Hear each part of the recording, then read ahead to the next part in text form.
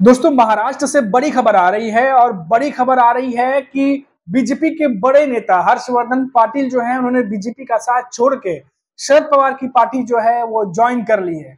और ये एक बड़ी खबर, जहां एक सीनियर नेता पूर्व मंत्री हर्षवर्धन पाटिल बीजेपी को झटका देते हुए अब शरद पवार की पार्टी में शामिल हो गए हैं। क्या है पूरा मामला, क्यों इसे बीजेपी के लिए बड़ा झटका बताया जा रहा है और इससे महायुति की टेंशन कैसे बढ़ सकती है, हम इन सब पर चर्चा करेंगे। नमस्कार दोस्तों, मेरा नाम है मनीष कुमार सिंह और आप देख रहे हैं 4 PM महाराष्ट्र। दोस्तों, आपको बता दें कि अभी बीजेपी की टेंशन जो हरियाणा और जम्मू कश्मीर के एग्जिट पोल आ रहे हैं, इन्होंने बढ़ाए हुए हैं। अभी ये टेंशन कम भी नहीं हुई थी कि महाराष्ट्र से फिर एक बड़ी टेंशन बीजेपी को मिल गई है और एक बड़े नेता हर्षवर्धन पाटिल, उन्होंने बीजेपी छोड़ के शरद पवार की एनसीपी ज्वाइन कर ली है। ऐसी खबरें निकल करके आ रही है दोस्तों, रिपोर्ट्स के हवाले से, सोर्सेस के हवाले से खबर आ रही है। अभी तक ऑफिशियल उन्होंने पार्टी जो है ज्वाइन नहीं की है, लेकिन ऐसा माना जा रहा है कि शरद पवार से उनकी मुलाकात हुई है और उन्होंने अब पार्टी जो है वो ज्वाइन कर ली है। सोर्सेस से खबर आ रही है, हो सकता है कुछ देर में ये खबर जो है कंफर्म भी हो जाए। तो दोस्तों, बीजेपी के लिए बड़ी बड़ा झटका। आपको बता दें कि इसके पीछे का कारण क्या बताया जा रहा है। इसके पीछे का कारण ये है कि हर्षवर्धन पाटिल के सपोर्टर्स और उनके कार्यकर्ता ये चाह रहे थे कि वो इंदापुर से इस बार विधानसभा चुनाव में खड़े हों और वो चुनाव लड़े, लेकिन बीजेपी की तरफ से ऐसा कुछ भी हिंट या इशारा या सपोर्ट उन्हें नहीं मिल रहा था, जिससे ये साफ हो कि क्या उन्हें टिकट मिलने जा रहा है या नहीं मिलने जा रहा। हर्षवर्धन पाटिल इससे पहले भी शरद पवार से मिलने पहुंचे थे, आपको याद होगा, पुणे में, जिसके बाद भयंकर बवाल मचा था और बीजेपी के कई नेता नाराज भी हुए थे। और तभी से यह आशंका जताई जा रही थी कि शायद हर्षवर्धन पाटिल बीजेपी का साथ छोड़ के शरद पवार की पार्टी में जा सकते हैं।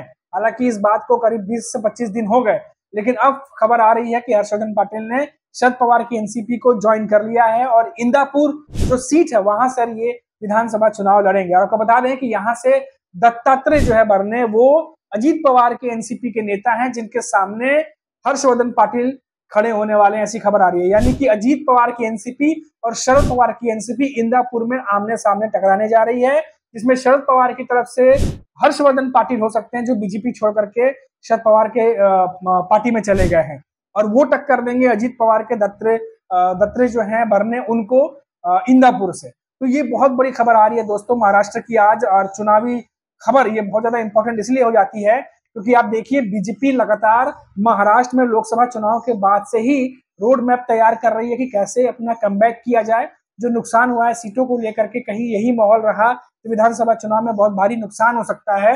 और कई जानकारों ने भी ये बात कही कि हरियाणा के साथ ही महाराष्ट्र में चुनाव होने थे, लेकिन महाराष्ट्र में स्थिति बहुत ही खराब है बीजेपी की, और इसीलिए इस बात को जानते हुए डिले किया गया। कई सारे नेताओं ने ये बात कही और जानकारों ने। अब देखिए, जम्मू कश्मीर और हरियाणा के चुनाव जो है वो चल रहे हैं, और साथ ही साथ आप देखिए एग्जिट पोल भी जो है वो सामने आ रहे हैं, जिसमें बीजेपी को बहुत बड़ा नुकसान होता दिखाई दे रहा है और कांग्रेस जो है वो बहुत ही भारी जो है सीटों के साथ में वो आगे बढ़ती दिखाई दे रही है, और इससे जो है वो चिंता बीजेपी की बढ़ी हुई है। और ऐसे में महाराष्ट्र से लगातार ऐसी खबरें आ रही हैं जो बीजेपी की रातों की नींद हराम करके रखी हुई है। जो नेता बीजेपी के साथ कभी 2022-23 में आए थे, अब वो सारे नेता एक एक करके बीजेपी छोड़ छोड़ के जा रहे हैं। यानी एक तरीके से विधानसभा चुनाव से पहले ही महाराष्ट्र में बीजेपी के लिए खतरे की घंटी जो है वो बजनी शुरू हो गई है, क्योंकि नेता एक एक करके छोड़ते चले जा रहे हैं पार्टी को दोस्तों। अब देखिए, लगातार बीजेपी के नेता ये कह रहे थे कि महायुति जो है वो काफी मजबूत है, विधानसभा चुनाव में फिर से वो लौटेंगे और ज्यादा सीटें हम जीतेंगे।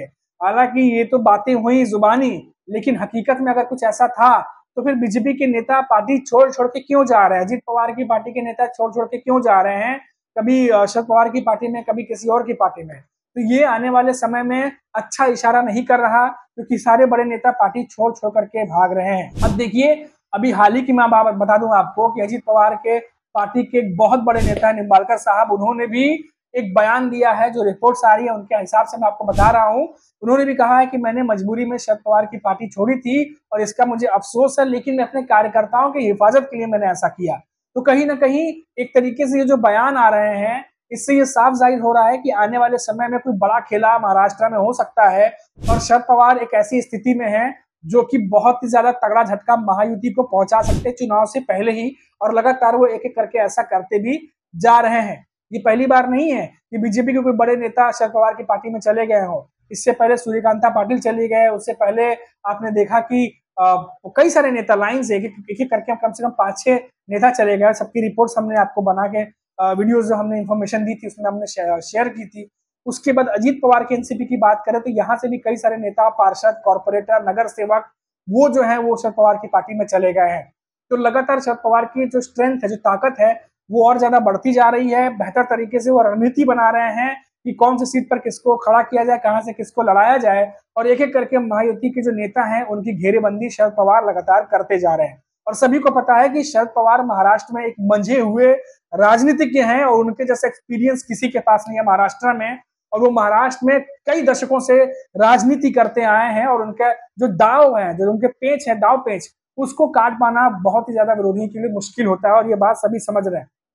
इसीलिए देखिए आप, लोकसभा चुनाव में भी जब उनको सबसे कम सीटें दी गई थी उस समय भी शरद पवार की एनसीपी की तरफ से हाय तौबा नहीं मचाया गया जैसे बाकी पार्टियां कर रही थी। लेकिन जितनी सीटें मिली शरद पवार को, 10 सीटें, उनमें भी सबसे बेहतर स्ट्राइक रेट के साथ 8 सीटें जीत करके लोकसभा चुनाव में शरद पवार की एनसीपी जो है सबसे बड़ी पार्टी बन के उभरी। अब देखिए लोकसभा के बाद विधानसभा चुनाव में भी सीटों का बंटवारा एनडीए के बीच लगभग तय हो चुका है, ऐसी खबरें आ रही हैं।